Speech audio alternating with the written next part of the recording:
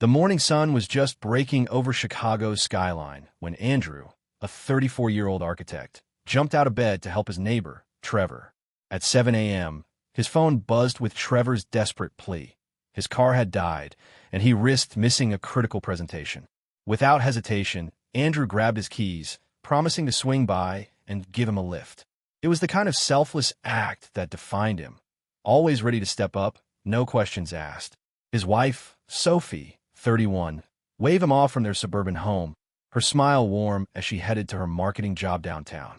Their life seemed perfect, a balanced routine, a house strategically placed between their workplaces, and the excitement of expecting their first child. They were building a future together, or so Andrew thought. As he drove toward Trevor's place, the city hummed with early commuters. Andrew's mind was on the day ahead, blueprints to review, a deadline looming, when a fleeting glance at a corner cafe stopped him cold. Through the window, he saw Sophie. She wasn't alone. Across from her sat her boss, Mark, a sharply dressed man in his early 40s. Their heads were close, her hand resting on his arm, their laughter intimate in a way that twisted Andrew's gut. He slowed the car, his grip tightening on the wheel. Horns blared behind him, but he barely noticed. His first instinct was to rationalize, a work meeting, maybe a quick coffee. But the way Mark leaned in, the ease in Sophie's posture, it felt wrong. Too personal, too familiar. Andrew pulled over, his pulse racing. He sat for a moment, staring at the cafe window, his mind wrestling with doubt. He wanted to storm in, demand answers, but Trevor was waiting, and Andrew wasn't one to break a promise. He forced himself to drive on, each mile heavier than the last. By the time he reached Trevor's house, his thoughts were a tangle of questions. Trevor, oblivious to Andrew's turmoil, thanked him profusely as they sped toward his office. "You're a lifesaver, man," Trevor said, clapping Andrew's shoulder. Andrew managed a tight smile, his mind still replaying the cafe scene. After dropping Trevor off, Andrew couldn't shake the image of Sophie and Mark. He decided to circle back to the cafe, telling himself he was overreacting. Maybe it was nothing. But as he parked and approached the glass door, he saw them still there, now standing, Mark's hand brushing Sophie's as he paid the bill. Andrew froze. Sophie's eyes met his through the window, and for a split second, her expression faltered, surprise, maybe guilt. She quickly recovered, offering a wave, but it felt forced.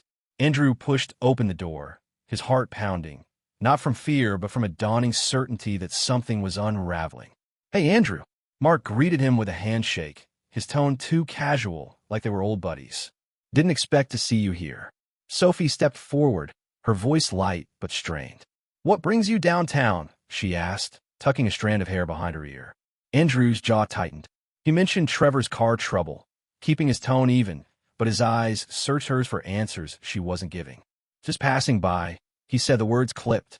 Mark excused himself, citing a meeting, and left with a nod. Sophie suggested they grab coffee later, but Andrew declined, saying he had to get to work. The air between them crackled with unspoken tension. Back in his car, Andrew gripped the steering wheel, staring at the dashboard. He replayed every detail, the touch, the laughter, the way Sophie avoided his gaze. He wanted to believe it was innocent, but his instincts screamed otherwise. The life they'd built, practical, stable, full of plans for their unborn child, suddenly felt like it was built on sand. Andrew drove to his office, but the blueprints on his desk couldn't hold his focus. Doubt had taken root, and it was growing fast. He didn't know it yet, but this moment was the first crack in a foundation he'd thought was unbreakable. To Andrew's days began to blur, each one heavier with suspicion. The cafe scene with Sophie and her boss, Mark, gnawed at him, a splinter he couldn't ignore. He tried to focus on work, sketching designs for a new downtown high-rise, but his mind kept drifting to that fleeting touch, the too-close laughter. At home, Sophie acted as if nothing had changed. She planned nursery colors, chatted about baby names, and kissed him goodnight with the same warmth. But Andrew noticed cracks in her routine. Late nights at the office, quick glances at her phone, a hesitation in her voice when he asked about her day. He wanted to confront her, but the thought of their unborn child stopped him. What if he was wrong? What if he shattered their life over nothing? One evening, while Sophie showered, Andrew's curiosity overpowered him. Her phone sat on the kitchen counter, screen glowing with notifications.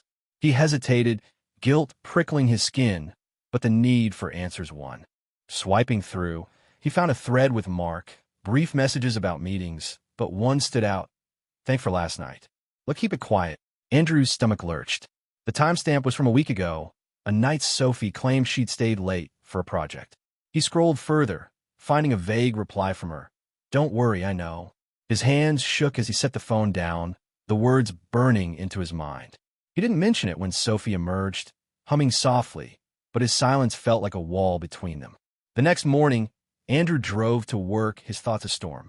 He replayed every moment of their marriage, searching for signs he'd missed. Had Sophie always been this distant, or was he imagining it? At a red light, his phone buzzed. A text from Sophie, reminding him about a prenatal appointment. The message was cheerful, but felt hollow. He typed a quick reply, keeping it neutral, and decided to test her. That evening, he casually asked about her late-night project from the previous week. Sophie's eyes flicked to the side before she answered. Just a campaign deadline, nothing special. Her voice was steady, but her fingers twisted the edge of her sleeve, a tell Andrew hadn't noticed before. Days later, the tension spiked. Andrew was leaving the office when he spotted Sophie's car in the parking lot of a nearby restaurant. She wasn't alone. Through the window, he saw Mark open the passenger door for her, their movements too familiar, his hand lingering on her back. Andrew's pulse thundered. He didn't approach, didn't call out. Instead, he drove home, the image seared into his mind. Sophie returned an hour later, claiming she'd been at a team dinner. Andrew nodded, his jaw tight, and said nothing. The lie was a blade, cutting deeper with every word she spoke. By the time Sophie announced her pregnancy was progressing well, Andrew's joy was overshadowed by dread. He wanted to celebrate, to plan for their son, but the messages, the restaurant scene, and the cafe moment built a case he couldn't dismiss. He started tracking patterns, late nights, vague excuses, Mark's name dropping too often in her stories. One night, unable to sleep, Andrew searched Mark's social media, finding photos from a recent work conference. One image stopped him. Sophie and Mark, laughing at a bar, his arm around her shoulders. The date matched another late night she'd mentioned. Andrew's chest tightened, but he closed the app, refusing to spiral. He needed proof, not assumptions. The breaking point came at a routine dinner. Sophie was animated, talking about baby gear, but Andrew barely heard her. He set his fork down and asked, point blank, "What's going on with you and Mark?" The question hung in the air. Sophie froze, her smile fading, then laughed it off. "He's just my boss, Andrew. Why would you even think that?" Her deflection was too quick, her eyes avoiding his. Andrew didn't push further, but the seed of doubt had grown into something undeniable. He decided then, he'd find the truth, no matter the cost. As Sophie cleared the dishes, humming to fill the silence, Andrew's resolve hardened. The life they'd built was teetering, and he wasn't sure it could be saved. At Andrew's world tilted the moment his son, Oliver, was born. The hospital room buzzed with quiet joy as Sophie held the newborn, her eyes soft with exhaustion. Andrew stood by her side, cradling Oliver's tiny hand, feeling a surge of love that almost drowned his doubts. Almost. The cafe, the cryptic texts, the restaurant's sighting, and the conference photo haunted him. Each memory clashed with the warmth of this moment, twisting his heart. He smiled for Sophie, for the nurses, but inside, a question gnawed. Was Oliver his? Weeks passed, and Andrew threw himself into fatherhood. He changed diapers, warmed bottles, and rocked Oliver through sleepless nights, each act cementing his bond with the boy. Yet, every time he looked at Oliver's tiny features, a shadow crept in. The shape of his eyes, the curve of his jaw, they didn't mirror Andrew's. He tried to dismiss it, blaming sleeplessness, but the doubt grew sharper. Sophie seemed oblivious, her focus on motherhood unwavering. She cooed over Oliver, planned pediatric visits, and thanked Andrew for every small gesture. But her warmth felt like a mask, and Andrew couldn't unsee the cracks. One night, while Sophie slept, Andrew sat in the dark, Oliver's soft breathing filling the silence. He'd avoided the truth long enough. The next day, he ordered a discreet DNA test kit online, his fingers trembling as he clicked purchase. When it arrived, he waited until Sophie was at work, then gently swabbed Oliver's cheek while the baby napped. Mailing the sample felt like betraying the boy he loved, but Andrew needed certainty. The wait was agony. Days of forcing normalcy, of smiling through Sophie's chatter about Oliver's first smile, of pretending his world wasn't fracturing. The results arrived on a gray Chicago morning. Andrew sat in his car, the envelope unopened on the passenger seat. His hand shook as he tore it open, scanning the words that hit like a punch. Probability of paternity, 0%. His breath caught. The world blurred. Oliver wasn't his. The love he'd poured into every late-night feed, every lullaby, felt stolen. Rage and grief collided, but Andrew stayed calm, his architect precision taking over. He wouldn't lash out. He'd confront Sophie with facts. That evening, after Oliver was asleep, Andrew called Sophie to the kitchen. "We need to talk," he said, his voice steady but cold. Sophie's smile faltered as she sat across from him. He slid the DNA results across the table, watching her eyes widen. "Explain this," he said, each word deliberate. Sophie's hands gripped the table's edge, her breath uneven. For a moment, she said nothing, then her voice broke.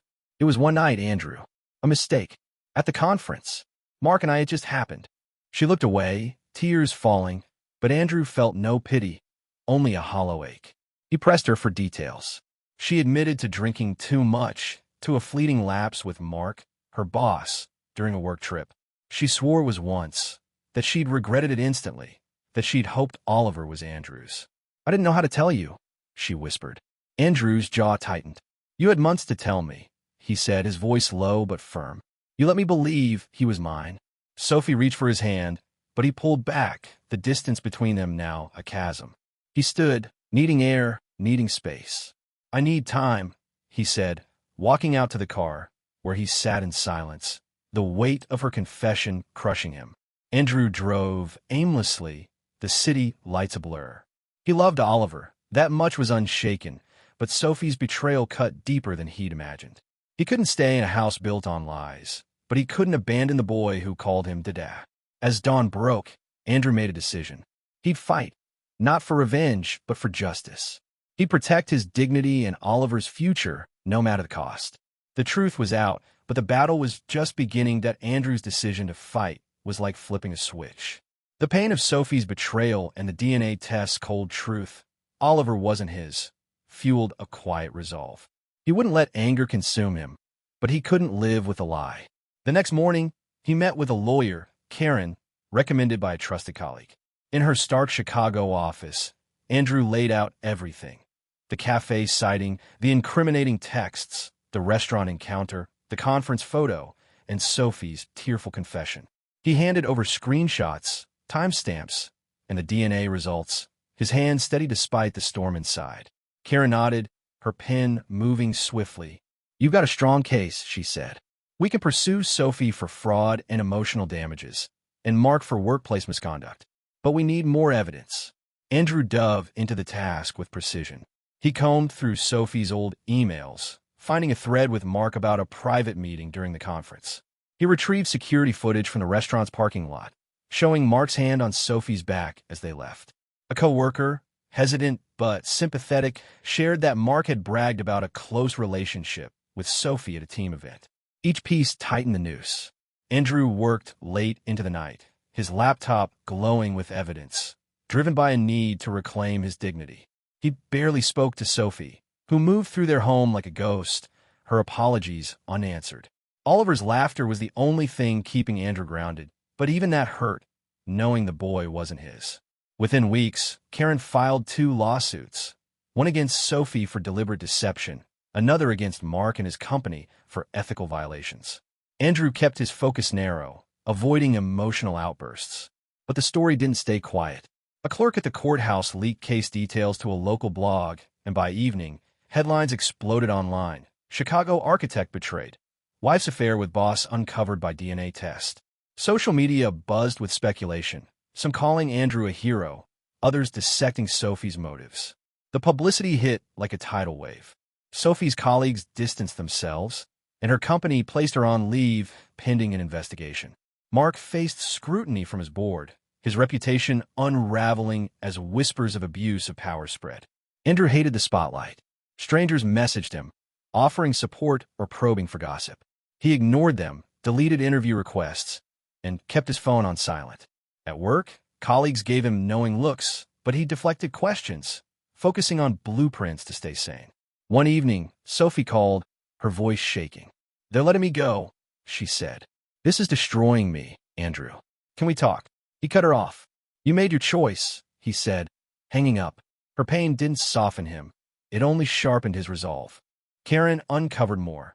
Mark had a history of inappropriate conduct, buried by his firm to protect their image. A former employee provided a statement, detailing Mark's pattern of favoritism towards Sophie during projects. Andrew also found a credit card receipt from the conference hotel, showing a shared dinner charge to Mark's account. The evidence piled up, each piece a brick in the case against them.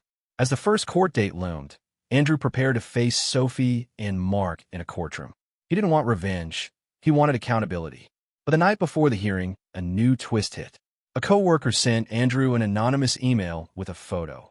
Sophie and Mark, months after the conference, at a bar, their hands entwined.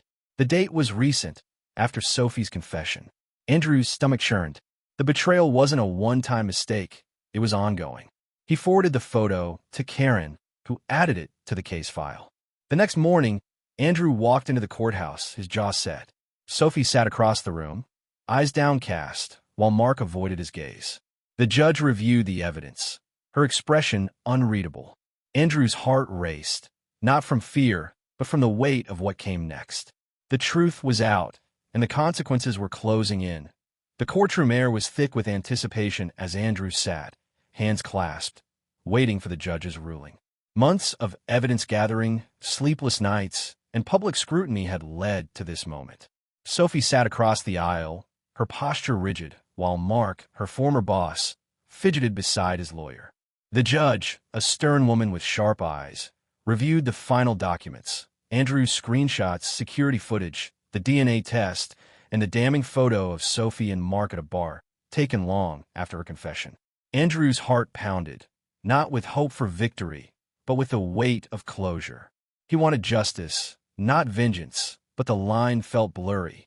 The judge's voice cut through the silence. She ruled in Andrew's favor, citing Sophie's deliberate deception and Mark's abuse of authority. Andrew was awarded $500,000 in damages for emotional distress and fraud. Mark's professional license was recommended for suspension, pending an ethics board review, and his company faced penalties for ignoring his past misconduct. Sophie's career was already in ruins. Her termination was permanent, her reputation shredded by the viral scandal. The judge's words were final, a hammer striking the last nail in the life Andrew once knew. He nodded, thanked his lawyer, Karen, and left the courtroom without glancing at Sophie or Mark. Outside, reporters swarmed, microphones thrusting toward him. Andrew pushed through, ignoring questions, his focus on the car waiting across the street. Social media was ablaze. Some praised his strength, others vilified Sophie, but he blocked it all out. The money meant little. It couldn't rebuild what was lost. At a quiet diner that evening, Andrew met Karen to sign final papers. "You did the right thing," she said, her tone firm. Andrew gave a tight smile, unsure if right even existed anymore. He drove to a hotel, his belongings already packed, unable to face the house he'd shared with Sophie. Days later, Sophie texted, begging to meet. Against his better judgment, Andrew agreed, choosing a neutral park bench near Lake Michigan. She looked drained, her voice shaky as she apologized again. "I never meant to hurt you," she said, hands twisting together. "I was scared, stupid. Can we try to fix this? For Oliver." Andrew's chest tightened at his son's name. He shook his head. "You chose lies, Sophie." Over and over. He stood, cutting the conversation short, her pleas fading as he walked away. The decision was made. He couldn't stay in a marriage built on betrayal. But Oliver was different. Andrew returned to the house one last time, slipping in while Sophie was out. He found Oliver in his crib, babbling softly, clutching a tiny stuffed bear. Andrew's throat closed as he lifted the boy, feeling the familiar weight in his arms. Oliver's small hand grabbed his finger, and for a moment, Andrew's resolve wavered. "Dada!" Oliver cooed, unaware of the truth. Andrew kissed his forehead, whispering, "I'll always love you, kid. Always." He set Oliver down, left a note for Sophie promising to stay in the boy's life as a father figure, and walked out, the door clicking shut behind him. Andrew moved to a small apartment, starting fresh. He took on new projects at work, pouring himself into designs that demanded focus. Friends reached out, offering support, but he kept them at arm's length, needing space to heal. The lawsuits had brought justice. Sophie and Mark faced consequences, but the victory felt hollow. Oliver's face lingered in his mind, a reminder of love that transcended biology. Andrew met with a family lawyer to ensure visitation rights, determined to be there for the boy, no matter the pain. As weeks turned to months, Andrew found a fragile peace. He wasn't whole, but he was moving forward. One evening, walking by the lake, he stopped to watch the sunset, the horizon glowing red. For the first time in months, he felt a flicker of hope. The truth had cost him everything, but it had also set him free. Oliver would grow up knowing a father's love, and Andrew would rebuild, one steady step at a time.